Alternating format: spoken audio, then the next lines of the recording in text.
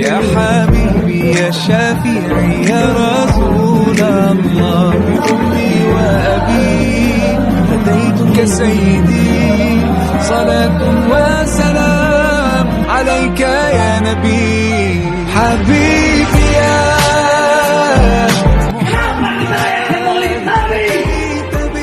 dalam acara maulid di sini disebutkan sejarahnya Nabi Muhammad. Kalau nanti saja Allah ceritakan kisah-kisah Rasul untuk lebih memantapkan hati pada